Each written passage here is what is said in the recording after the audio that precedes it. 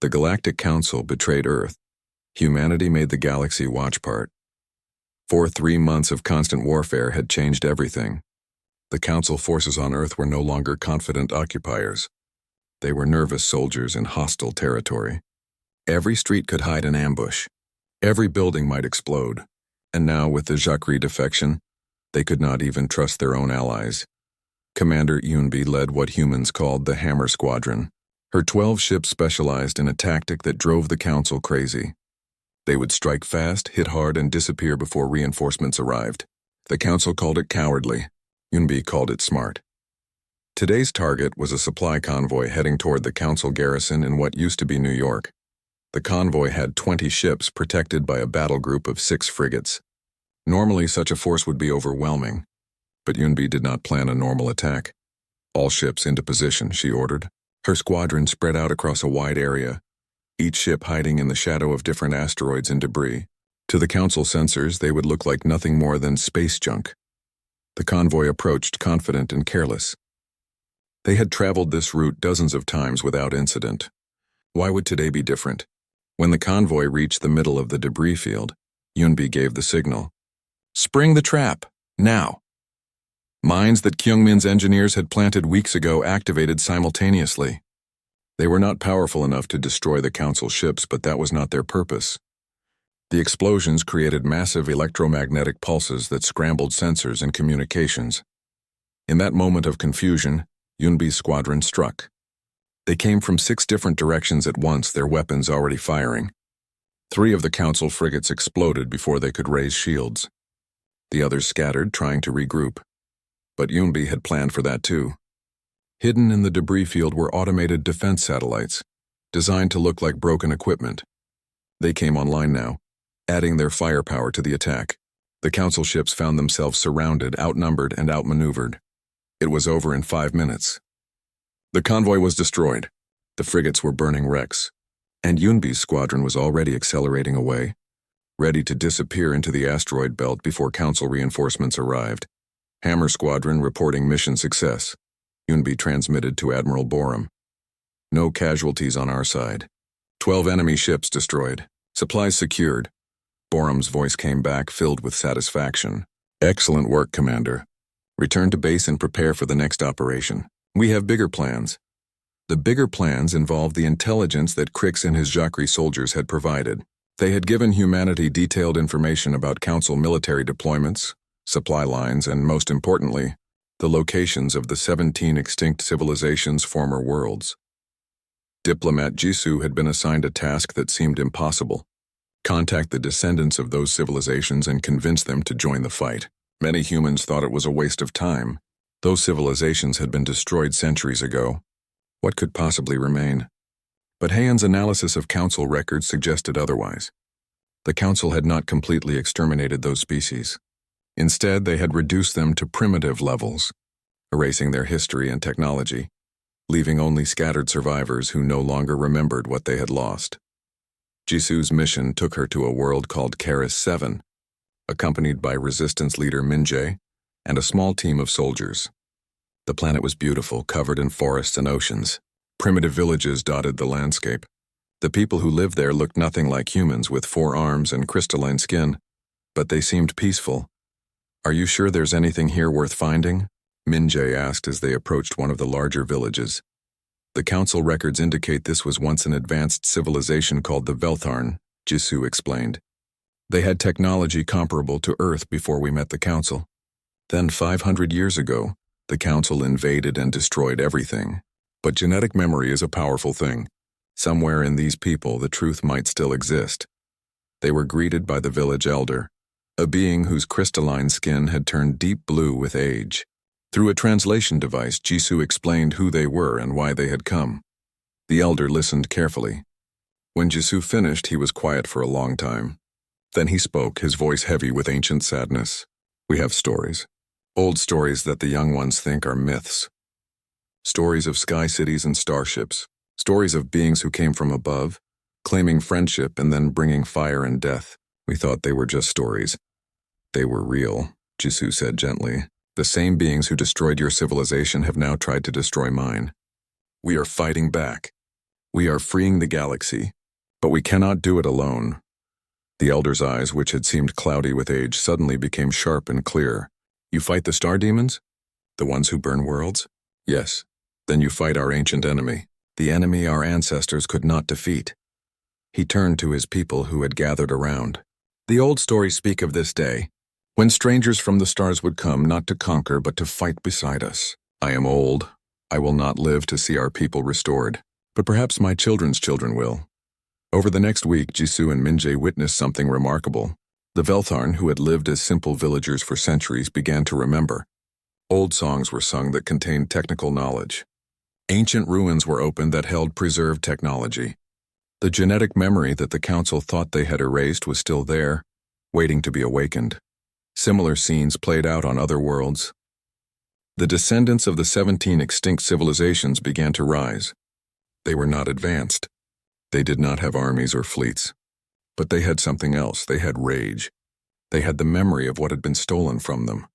And they had hope that humanity might succeed where their ancestors had failed. While Jisoo was building alliances, the council was preparing their response to the human resistance. They had lost too many ships, too much equipment, and too much face. The other species in the galaxy were watching. If the council appeared weak, if they could not crush a single primitive species, their entire empire might collapse. The Varkesh Supreme Commander issued a final ultimatum.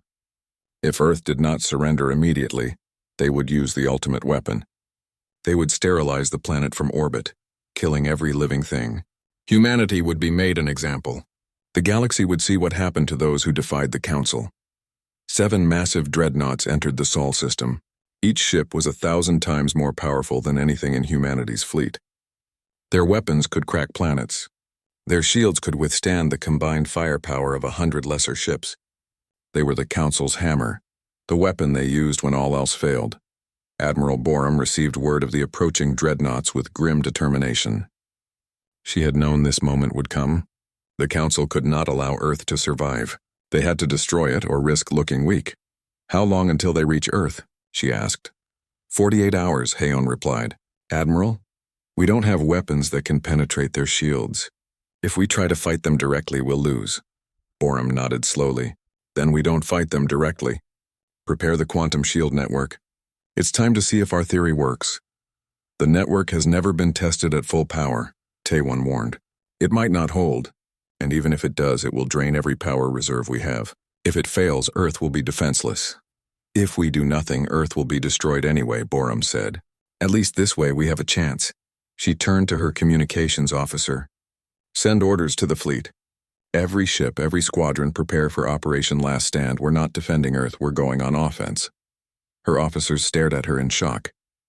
Admiral, with all respect, that's suicide. We can't leave Earth undefended.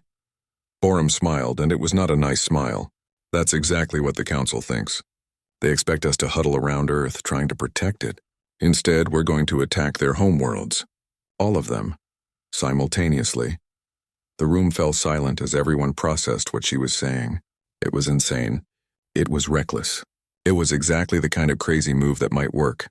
The dreadnoughts will destroy Earth, someone protested. No, they won't, Haon said, understanding dawning in her eyes. Because Earth won't be there. Not as far as their sensors can tell. Borum nodded. The quantum shield network doesn't just protect against weapons. It bends space around the entire planet. To the dreadnought's sensors, Earth will simply disappear. They'll think we use some kind of evacuation technology, and while they're confused, while they're trying to figure out what happened, our fleet will be destroying their homes. It was a desperate gamble. Everything depended on technology that had never been field-tested. But it was also brilliant. The council expected humans to be predictable, to defend their home at all costs. Borum was betting that the council's arrogance would blind them to the possibility that humans might do the unexpected. Prepare the fleet, Borum ordered. We launch in 24 hours. And someone send a message to our newest allies. Tell the Jacquerie and the Veltharn that we're about to make history. The council has ruled the galaxy for millennia. It's time to show them that their time is over. As her officers rushed to carry out orders, Borum looked at the holographic display showing Earth.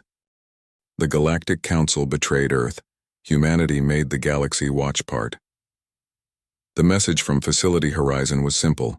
Strike everywhere at once. Make them think we are more numerous than we are. Make them afraid. In Tokyo, engineer Junho had been preparing for 3 months. His target was a genetic processing facility, where the council was cataloging human DNA for purposes that made his stomach turn. The building was heavily guarded, but Junho had an advantage.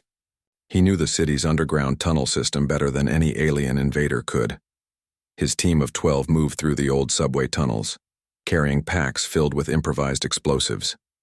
They were not sophisticated weapons, but they did not need to be. Kyung-min had taught cells across Earth how to create charges that could disrupt council shield generators. Once the shields were down, regular explosives would do the rest. 2 minutes to position, Junho whispered into his communicator. Above them, through the ceiling, they could hear the hum of council machinery. Thousands of human genetic samples were stored in that building. The council planned to use that information to breed humans like livestock, creating workers optimized for specific tasks. The thought made Junho sick. His team placed the charges with practiced efficiency. They had rehearsed this operation dozens of times in abandoned buildings. Everyone knew their role. Everyone was ready to die if necessary, but they all hoped to survive. Charges set. Falling back, Junho reported. His team retreated through the tunnels, moving quickly but quietly. Behind them, timers counted down. The explosion lit up the Tokyo night sky. The genetic facility collapsed in a ball of fire and smoke. Council soldiers rushed to the scene, but by then Junho and his team were miles away, already planning their next target. Across the planet, similar attacks erupted. In Cairo, pilot Soman executed perhaps the boldest operation of the night. She had been studying council transport schedules for weeks, waiting for the perfect opportunity. When a prison transport landed at the Cairo spaceport to refuel, Somin and her team were ready. They moved fast. Kyungmin had provided them with codes to override the transport security. Within minutes, Soman was in the pilot seat, and 300 human prisoners were being rushed aboard. The council guards did not realize what was happening until the transport was already lifting off. "This is unauthorized departure," a voice crackled over the radio in the alien language. "Return to the landing pad immediately or you will be fired upon." Soman did not respond. She pushed the engines to maximum, angling the transport toward orbit. Behind her, the freed prisoners were cheering. Many were crying. They had thought they would never see Earth again. Council fighters scrambled to intercept, but Soman had one more trick. Using codes that Hyun had extracted from council systems, she transmitted a false emergency signal. The signal indicated a reactor breach on the transport. Council fighters pulled back, unwilling to risk being caught in an explosion. By the time they realized it was a trick, Soman was already in orbit and accelerating toward coordinates that Admiral Borum had provided, a rendezvous point where humanity's hidden fleet was gathering. In Facility Horizon, Admiral Borum watched the reports coming in from around the world. 37 successful operations in one night. The Council occupation forces were in chaos, rushing from emergency to emergency. It was time for the next phase. "Activate the fleet," Borum ordered. Deep in the asteroid belt, where humanity had been mining resources for decades, something stirred. Hidden among the rocks and ice were shipyards that had been operating in secret for years. While the Council thought they knew everything about human space capabilities, they had missed this. They had been too arrogant to imagine that primitive humans could deceive them. 100 warships emerged from their hiding places. They were built using Council technology as a template, but human engineers had improved them. The shields were stronger. The weapons were more powerful. The engines were faster. Each ship was commanded by officers who had trained for this moment their entire careers. Captain Yejin stood on the bridge of the warship Thunder, feeling the deck vibrate beneath her feet as the engines came to full power. Around her, a crew of 200 humans worked at their stations with focused intensity. They had waited so long for this. Now it was time to take back their home. "All ships report ready," the communications officer announced. "Then let's introduce ourselves," Yejin said with a cold smile. "Set course for Earth orbit. Maximum speed. And broadcast this on all Council channels. Humanity has come home." The Council commander on Earth's orbital station could not believe what his sensors were showing. 100 unknown warships were approaching at high speed. Where had they come from? The intelligence report said humanity had no significant military capability. Their fleet had been disabled months ago. Raise shields. Scramble all fighters. Send distress calls to the nearest council battle groups, the commander ordered. He was Varkesh, a veteran of 100 campaigns. But even he felt a touch of fear. Something had gone very wrong. The battle for Earth orbit began at dawn. Captain Yejin's fleet struck with precision and fury. They did not fight like the council expected.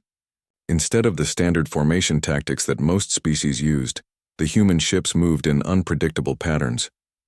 They used the debris field from Earth's old satellites as cover. They coordinated their attacks with perfect timing, and most surprising of all, their weapons worked. The quantum disruptors that Taiwan had designed punched through council shields like they were not even there. Council ships that had seemed invincible suddenly found themselves vulnerable. Target the command station, Yejin ordered. All forward batteries concentrated fire. The Thunder and 5 other warships focused their weapons on the Council's orbital command center. The station's shields flickered and died under the assault. Secondary explosions rippled across its surface. Within minutes, the symbol of Council authority over Earth was a burning wreck. But the victory came with a cost. 3 human ships were destroyed in the battle. 2 more were heavily damaged. Yejin watched the casualty reports come in and felt the weight of command. These were her people, and she had sent them to their deaths. But they had died free, fighting for their home. That had to mean something. As the surviving council ships retreated, something unexpected happened. A transmission came through on an encrypted channel. It was from a council warship, but the voice that spoke was not Varkesh. "Human ships, this is Krix of the Jacri battle group. We wish to speak with your commander." Yejin frowned. The Jacri were one of the council species. Insectoid beings that served as shock troops. Why would they want to talk? "This is Captain Yejin, what do you want?" "To stop fighting for those who treat us as disposable," Krix replied. "We Jacri are tired of dying for Varkesh glory. We have watched you humans fight. You are outnumbered, but you do not surrender. You treat your wounded with care. You honor your dead. The council does not do these things for us. We are tools to them. Maybe to you we could be something more." Yejin glanced at her first officer, who looked as stunned as she felt. "You want to defect? We want to survive. We want to be treated as people. Can you offer this?" It was a risk. This could be a trap. But Yejin thought about Admiral Borum's broadcast. "We will treat you like equals." Those words had been meant for humans, but why not for aliens too? If the council had made enemies of their own troops, that was a weakness humanity could exploit. "Come aboard the Thunder," Yejin said. "We'll talk. But your ships stay at a distance, and if this is a trick, we will destroy you." "Understood. We are sending a shuttle now." 2 hours later, Yejin sat across from Krix in the Thunder's conference room. The Jacri was massive, easily 8 feet tall, with a hard exoskeleton and multiple limbs. But there was something in his compound eyes that Yejin recognized: exhaustion, desperation, hope. "Why should we trust you?" Yejin asked. "Because we have nowhere else to go," Krix said simply. "If we return to the council, we will be executed for even speaking with you. We have 10 ships and 5,000 soldiers. We will fight for you if you will have us. All we ask is that you treat us as you treat your own, not as servants, not as tools, as equals." Yejin made a decision that would change the course of the war. "We accept. Welcome to the resistance. But know this. If you betray us, we will show you no mercy. Understood? And if you betray us, we will do the same." They shook hands, human and alien, former enemies, now allies. Word of the Jacri defection spread quickly through both human and council forces. It was a shock that rippled across occupied Earth. The council was not invincible. Their own troops were abandoning them. In Facility Horizon, Admiral Borum allowed herself a rare smile. The pieces were falling into place faster than she had hoped. The resistance was growing. The enemy was fracturing. And somewhere in council space, other subjugated species were hearing about the human rebellion. The galaxy was watching, and for the first time in millennia, they saw the council bleeding. "Prepare for Phase 4, Borum ordered. "It's time to take the fight beyond Earth. It's time to free the others." The Galactic Council betrayed Earth. Humanity made the galaxy watch part. 6 months had passed since the betrayal. Earth looked very different now. Council ships filled the skies of every major city, their shadows falling across streets that once bustled with free people. Checkpoints stood at every intersection. Alien soldiers, mostly Varkesh and their servant species, patrolled with weapons ready. Humans who resisted were shot on sight. Those who cooperated were processed, cataloged, and assigned to work details. Lieutenant Deho crouched in the ruins of what used to be downtown Seoul. The building around him had been half destroyed in the early days of occupation, when some brave souls had tried to fight back with conventional weapons. It had been a massacre. The Council's technology was too advanced, their shields too strong. But Deho had learned from those failures. He and his cell had learned to be smarter.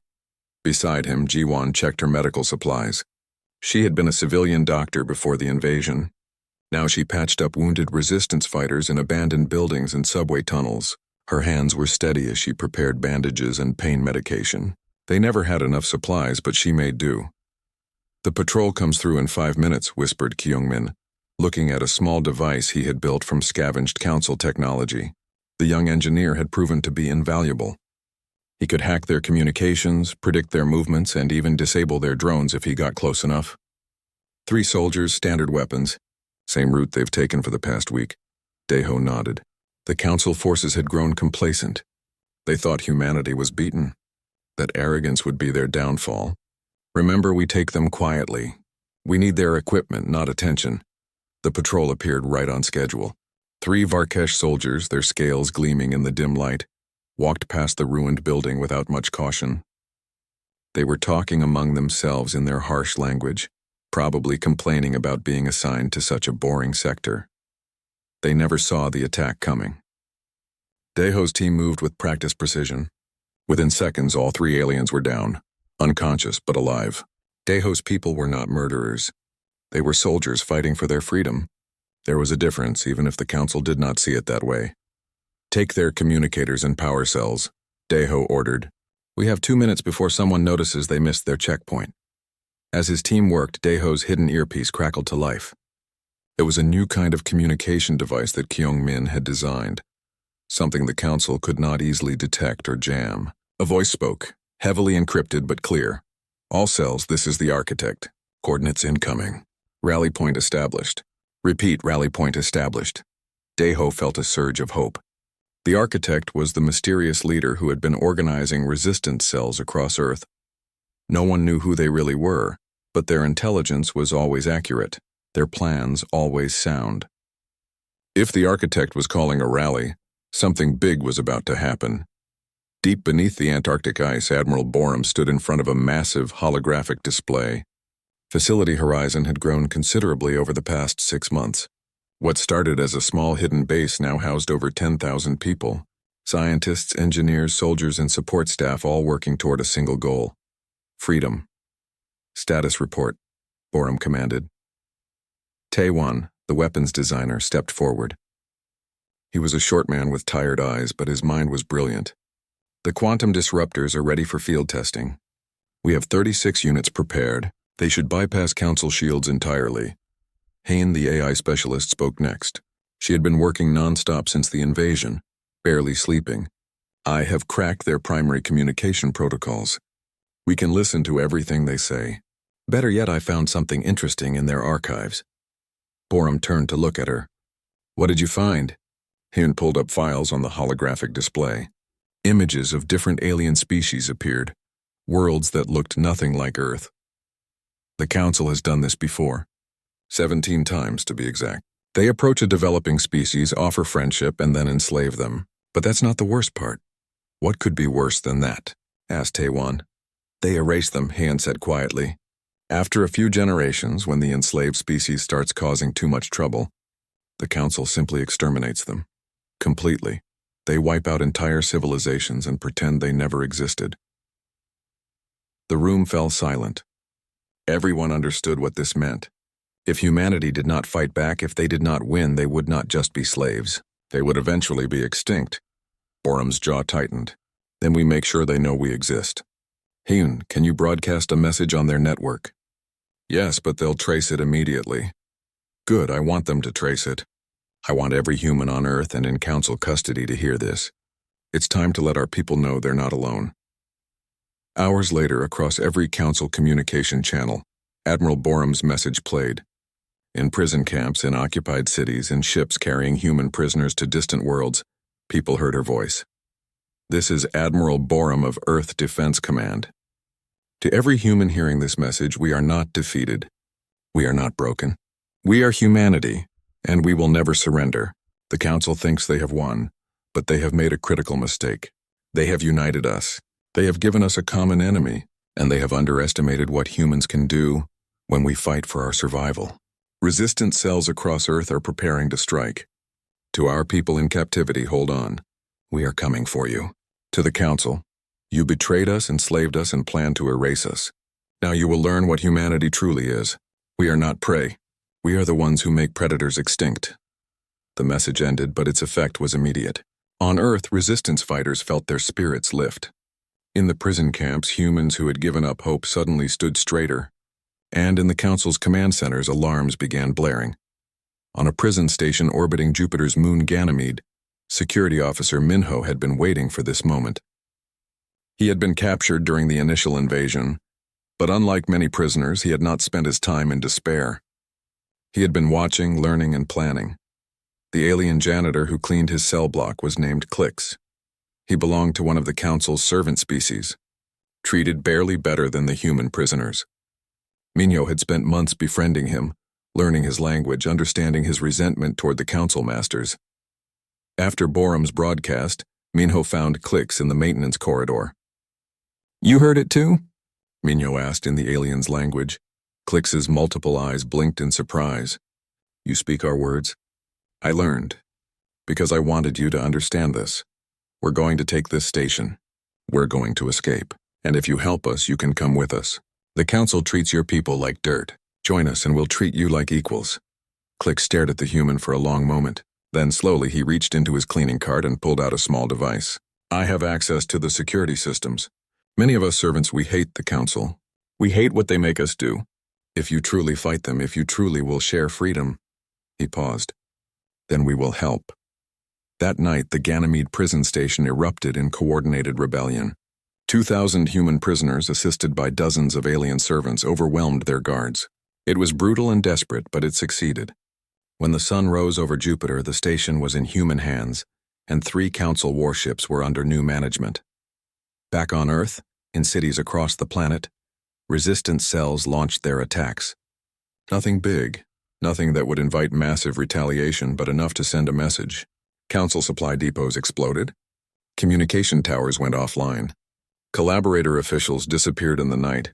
Governor Sunwoo sat in his office reading reports of the uprising with trembling hands. He had tried to cooperate, tried to keep people safe by working with the Council. Now he saw the contempt in both human and alien eyes. His own people called him a traitor. The Council called him a useful fool. His daughter, Yuna, had disappeared 3 weeks ago. He had told himself she was in hiding, that she was safe. But deep down, he knew the truth. She had joined the resistance. His little girl was out there fighting while he sat in an office pretending to have authority. Sunwoo made a decision. He opened a secure channel and sent a message to an encrypted address that Yuna had given him long ago, before she vanished. "This is Sunwoo. I want to help. Tell me what to do." In Facility Horizon, Admiral Borum smiled as she read the message. Pieces were moving into position. The Council thought they controlled Earth, but control was an illusion.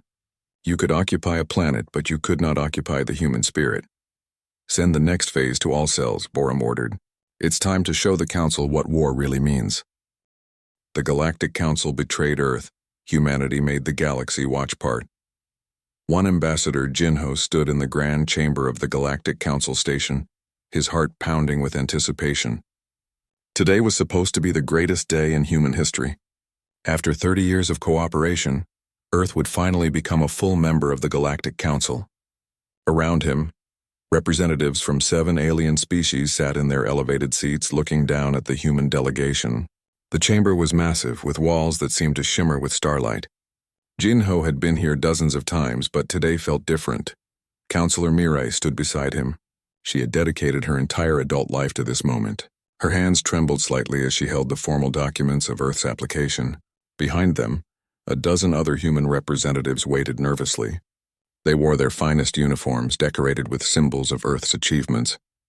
In the viewing galleries above, hundreds of humans watched the proceedings through holographic displays.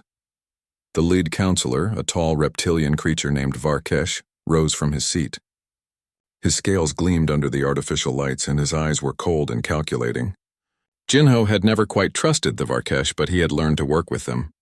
Diplomacy required patience and understanding, or so he had always believed. "We have reviewed Earth's application," Varkesh announced, his voice echoing through the chamber. "We have considered humanity's contributions over the past 3 decades. We have examined your technology, your culture, and your potential." Jinho felt a surge of hope. This was it. The moment when humanity would join the galactic community as equals. No more being treated as newcomers. No more restrictions on where human ships could travel. Earth would finally have a voice in how the galaxy was governed. But then Varkesh smiled, and it was not a friendly expression. "We have decided," Varkesh continued, "that humanity will not be granted membership in the Galactic Council." The words hit Jinho like a physical blow. Around him, the other human representatives gasped. Mirai's face went pale. In the galleries above, shocked silence fell over the watching crowds. "Instead," Varkesh said, his smile growing wider, "we declare Earth and all its territories to be a resource colony. Your planet will be divided among the Council species. Your people will serve us. Your resources will be ours. Your very existence is now subject to our authority." Jinho could not believe what he was hearing. This had to be some kind of mistake, some terrible misunderstanding. "You cannot do this," he said, his voice shaking. "We have treaties. We have agreements. We trusted you." A crystalline alien named Thelrin spoke next, her voice sounding like wind chimes. "Your trust was foolish. For 30 years we studied you. We learned your weaknesses. We embedded control systems in every piece of technology we gave you. We placed our agents in your cities. We prepared for this moment." As if on cue, alarms began blaring throughout the station. Jinho's communication device lit up with emergency messages. Something was happening. Something terrible. Far above Earth, in the orbital defense platforms that protected humanity's homeworld, Commander Hyunwoo watched in horror as his control systems failed. Every ship in the human fleet suddenly went dark. Engines shut down. Weapon systems locked. Life support flickered and died before emergency backups engaged. "What's happening?" Hyunwoo shouted at his crew. But he already knew. The technology the Council had given them, the advanced systems that had made Earth's fleet so powerful, were all shutting down at once. Hidden codes, buried deep in the programming, had been activated. Around Earth's orbit, hundreds of human ships floated helplessly in space. Within minutes, Council warships emerged from behind the moon, where they had been hiding. They moved with precise coordination, surrounding the disabled human vessels. There was no battle. There could be no battle. Humanity's defenders were completely helpless. On the Council station, Jinho lunged forward, but invisible force fields sprang up around the human delegation. They were trapped in a cage of energy, unable to move or escape. Mirai pounded her fists against the barrier, tears streaming down her face. Everything they had worked for was a lie. "Why?" Jinho demanded. "Why did you do this?" "We gave you everything you asked for. We opened our world to you." Varkesh walked closer to the force field cage, his reptilian features twisted in contempt. "Because you are valuable, human. Your planet sits near a dimensional rift. Your genetics are diverse and useful. Your people are intelligent enough to be productive but naive enough to be easily controlled. For 30 years we pretended to be your friends while we learned everything about you. Now you will serve us as so many others have before." The words sent a chill through Jinho's spine. "Others? What others?" Thelrin's crystalline form sparkled with what might have been amusement. "Did you think you were special? 17 civilizations before you fell for the same trick. We offer friendship, protection, and technology. We study them. We learn their weaknesses. And when they are completely dependent on us, we take everything." Back on Earth, panic spread through every major city. Council ships appeared in the skies, massive and threatening. Drones descended from the clouds, scanning everything and everyone. In the streets of Seoul, people ran for shelter as alien soldiers began landing. The soldiers did not fire their weapons, not yet. They simply established perimeters and began setting up checkpoints. Governor Sunwoo, Earth's highest-ranking government official, received a transmission from the Council. The message was simple: cooperate or watch your cities burn. Sunwoo stared at the screen, his face ashen. He had 2 young daughters. He thought of them and of the millions of other children on Earth. What choice did he have? "I will cooperate," Sunwoo said quietly. "Tell me what you want." Deep beneath the Antarctic ice, in a facility that did not appear on any official maps, Admiral Borum received word of the betrayal. She stood in a command center carved from ice and rock, surrounded by computer systems and weapons that the Council knew nothing about. Around her, scientists and soldiers waited for her orders. Borum had suspected this day might come. Not everyone had trusted the Council. Some people had questioned why such advanced aliens would be so interested in a primitive species like humanity. While the public diplomats were making friends, Borum and her team had been preparing for the worst. "Activate Project Horizon," Borum commanded. "Send the signal to all our hidden cells." "Tell them the enemy has revealed themselves. Across Earth and throughout human space, secret agents received encrypted messages. These were men and women who had trained for years in hidden facilities. They had studied captured Council technology. They had developed weapons and strategies. They had hoped they would never be needed. Now their time had come. In Seoul, a young engineer named Kyung-min received the signal on a device hidden in his apartment. He looked at the Council drones patrolling outside his window. He thought about his friends who were probably prisoners by now. He thought about everything humanity had lost in a single day. Then he smiled grimly and began unpacking equipment from beneath his floorboards. The Council thought they had won. They thought humanity was defeated. They were about to learn how wrong they were. Jinho, still trapped in the energy cage on the Council station, watched as more human prisoners were brought in. Soldiers, scientists, diplomats, all captured, all helpless. But as he looked into their eyes, he saw something the Council had not expected. He saw rage. He saw determination. He saw humans who would not accept slavery. The Council had betrayed Earth, but humanity's story was far from over. Her beautiful, damaged, occupied home. In 2 days, the Galactic Council betrayed Earth. Humanity made the galaxy watch part. The dreadnoughts arrived at Earth exactly on schedule. Their commanders were confident. This would be a simple mission. Fire the planet-killer weapons, watch the human homeworld burn, and return home as heroes. The rebellion would be over. But when their sensors swept the system, they found nothing. Earth was gone. Not destroyed, simply gone. Where a planet should have been, there was only empty space. "Impossible," the Varkesh fleet commander growled. "Scan again. Use every sensor we have." They scanned. They found nothing. Earth had vanished completely, along with its moon and every satellite in near orbit. It was as if the entire planet had been removed from the universe. Could they have evacuated? One officer suggested. Some kind of emergency transport technology? The commander considered this. To move an entire planet's population would require resources beyond anything humans possess. But what else could explain this? While the Council fleet tried to understand what happened, the quantum shield network around Earth hummed with barely contained power. Inside the shield, the planet appeared normal. People could see the sky. Ships could launch and land. But to anyone outside, Earth simply did not exist. In her command center beneath the Antarctic ice, Heian watched the shield's power readings with growing concern. "We're at 98% capacity. The shield is holding, but we can't maintain this for more than 6 hours. 6 hours is all we need," Admiral Borum replied. "By then our fleet will have done its job, or we'll all be dead anyway." At that moment, on the other side of the galaxy, Captain Yejin led the human fleet in a coordinated attack that would be remembered for generations. 100 human warships supported by 10 Jacquerie vessels and countless small craft, piloted by Veltharn volunteers, struck at 3 Council homeworlds simultaneously. Yejin's target was Varkesh Prime, the homeworld of the species that had led humanity's betrayal. As her fleet dropped out of faster-than-light travel, alarms immediately began screaming on the planet below. But their military forces were spread across thousands of occupied worlds. Their home defenses had grown weak from centuries of never being threatened. "All ships begin the attack pattern," Yejin ordered. "Target military installations only. We are not here to massacre civilians. We are here to send a message."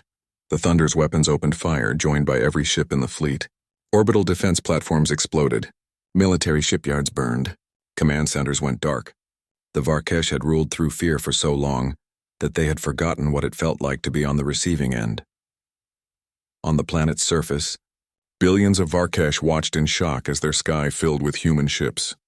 Their leaders had told them the human rebellion was nearly crushed. They had been assured that Earth would be destroyed today. Instead, it was their world under attack. Yejin opened a communications channel that broadcast to every device on the planet. People of Varkesh Prime, this is Captain Yejin of Earth.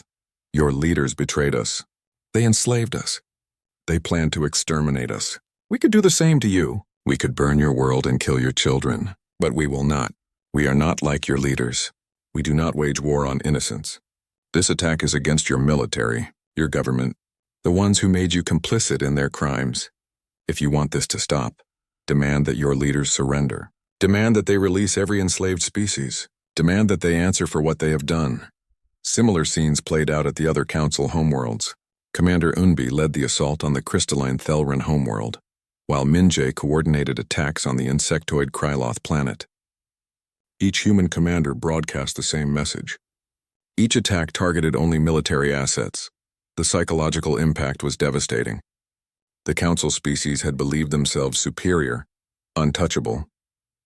Now they watched their homes burn while the species they had tried to enslave showed them mercy they did not deserve. Back at Earth, the Council dreadnoughts were still trying to understand what happened to the planet when they received emergency transmissions from their homeworlds. They were under attack. The human fleet was destroying their defenses. Immediate assistance was required. The fleet commander faced an impossible choice: stay and search for Earth or return home to defend against the attack. Every minute he delayed, more damage was done to his homeworld. Set course for Varkesh Prime, he finally ordered. Maximum speed. We'll deal with Earth after we crush this attack. As the dreadnoughts turned away, preparing to jump to faster-than-light speed, Admiral Borum gave the order. Drop the shield, now! Earth reappeared suddenly like a magic trick. The quantum shield network powered down, its reserves completely exhausted. For a brief moment, humanity's homeworld was completely vulnerable. But the Council fleet was already committed to their jump. They could not abort. They could not turn back. By the time they realized Earth had returned, they were already vanishing into faster-than-light travel, racing home to a battle they were already losing. Borum allowed herself a moment of satisfaction. The gamble had worked. Earth was safe. The Council's ultimate weapon had been neutralized without firing a shot. All defensive platforms stand ready, she ordered. They'll be back eventually. But by then, we'll be ready for them. On Varkesh Prime, Captain Yejin watched as civilian protests erupted across the planet. The people, seeing their military humiliated and their leaders unable to protect them, were turning against their government. Similar uprisings were beginning on other Council worlds. Captain, we're receiving a transmission from the Varkesh military, her communications officer reported. They want to negotiate a ceasefire. Yejin smiled coldly. Tell them I'll negotiate with one person only, the Supreme Commander who ordered Earth's destruction. And tell him to bring the other Council leaders with him. It's time for them to answer for their crimes. 3 days later, on the captured Council space station that had once been used to announce humanity's enslavement, a very different gathering took place. The 7 leaders of the Council species stood in chains, facing representatives from over 100 civilizations. Ambassador Jinho, who had been imprisoned on this station for 9 months, now stood as one of humanity's primary voices. Beside him stood Mirai, who had survived her captivity and was now Earth's chief diplomat. Behind them, representatives from the Veltharn, the Jacri, and dozens of other species that the Council had oppressed. But this was not humanity's tribunal. Jinho had insisted on that. He remembered what Admiral Borum had said. We are not like them. We do not become the oppressors. Instead, each civilization that had been enslaved sent representatives to testify. They spoke of betrayals identical to Earth's. They described genocides and forced labor. They showed evidence of entire cultures erased from existence. The Council leaders stood silent, unable to defend themselves against the mountain of evidence. The trial lasted for weeks and was broadcast across every inhabited system in the galaxy. Billions of beings watched as the Council's crimes were laid bare. Some Council species tried to claim they had only followed orders. Others attempted to justify their actions as necessary for galactic stability. But the evidence was overwhelming. The Council had not maintained peace. They had enforced domination. They had not protected developing civilizations. They had exploited them. When the testimonies finally ended, the question became, what happens now? The Council's military was broken. Their authority was shattered. Their leaders were prisoners. But hundreds of species needed governance, trade networks, and some kind of galactic organization. General Sunwoo, who had redeemed himself through brave actions during the liberation, argued for humanity to take control. We won this war. We have the most powerful fleet. We should lead. But Ambassador Jinho shook his head. If we do that, we become what we fought against. Power should not come from military strength. It should come from consent and cooperation. Mirai stood and addressed the assembly. We propose a new system. A true federation where every species has an equal voice, where membership is voluntary, where military force is collective, so no single species can dominate, where the capital rotates among member worlds so no one place becomes the center of power. There was silence in the chamber. Many species were skeptical. Some thought it too idealistic. Others worried about security without a strong central authority. Then Crix, the Jacquerie commander who had first defected, stood up. The council promised us protection in exchange for our service. They lied. Humanity offered us equality in exchange for our cooperation. They kept their word. I trust them. My people will join this federation. One by one, other species voiced their support. Not everyone agreed. Some former council species left, choosing isolation over cooperation. But over 300 civilizations signed the founding charter of the Galactic Federation. The council leaders were sentenced by a jury of their peers. Not execution, despite the calls for blood. Instead, they would serve life sentences, their vast wealth confiscated and distributed to rebuild the worlds they had damaged. As the new Federation took its first tentative steps, Jinho stood on the observation deck of the station, looking at Earth below. His home had been occupied, attacked, and nearly destroyed, but it had survived. More than that, it had changed the Gal.